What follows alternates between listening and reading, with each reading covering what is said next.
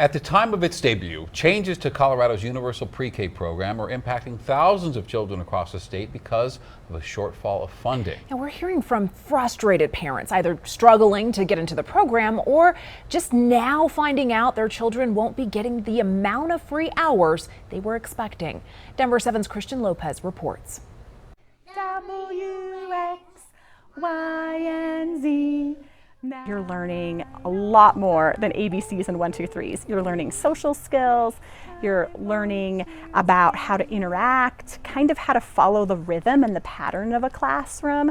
E-I-E-I-O. Jean Doolittle is the owner of South Glen Montessori Preschool in Centennial. Really sets them up to be successful the whole rest of their academic career. Some of her students are enrolled in Colorado's brand new Universal Pre-K program, which offers up to 30 free hours of preschool to 4-year-olds and qualifying 3-year-olds. You drink up all the water. But now Colorado is backtracking on some of those plans because of the high demand. I said all along, this is starting to be a disaster. This is going to be a disaster, and it has been. Thousands of parents across the state recently received this letter saying that not everyone who wants free full day of classes are going to be able to get it because there's just not enough funding. They're telling them that when they had that one qualifying factor, they were going to get the 30 hours, and now they're saying they would need 2 qualifying factors. So they decreased the amount of children that would qualify for that 30 drastically. Some of those qualifying risk factors have to do with income. Students who are learning English, need additional special support, or are experiencing homelessness. According to our partners at Chalkbeat, Colorado, out of around 30,000 students who are in the program,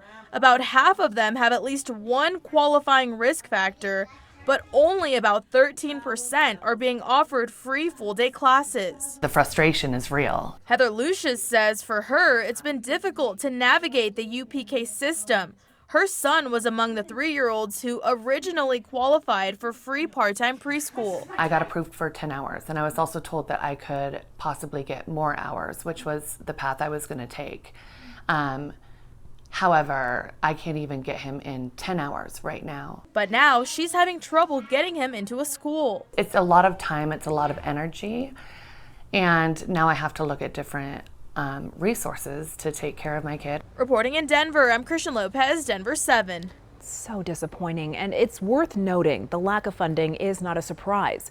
In February, lawmakers were warned the program would cost $30 million more than the $322 million preschool budget allotted, but no action was taken during the legislative session. And the move to omit some at-risk students from the Universal Pre-K program, just the latest setback to the governor's plan to expand early childhood education.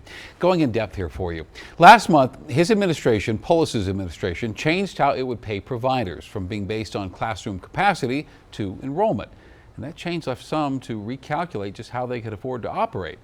And earlier this year, the state rolled back requirements for quality standards for the first year, meaning programs children attend can vary wildly in terms of their learning environments. So those will instead take effect for the 2024 school year.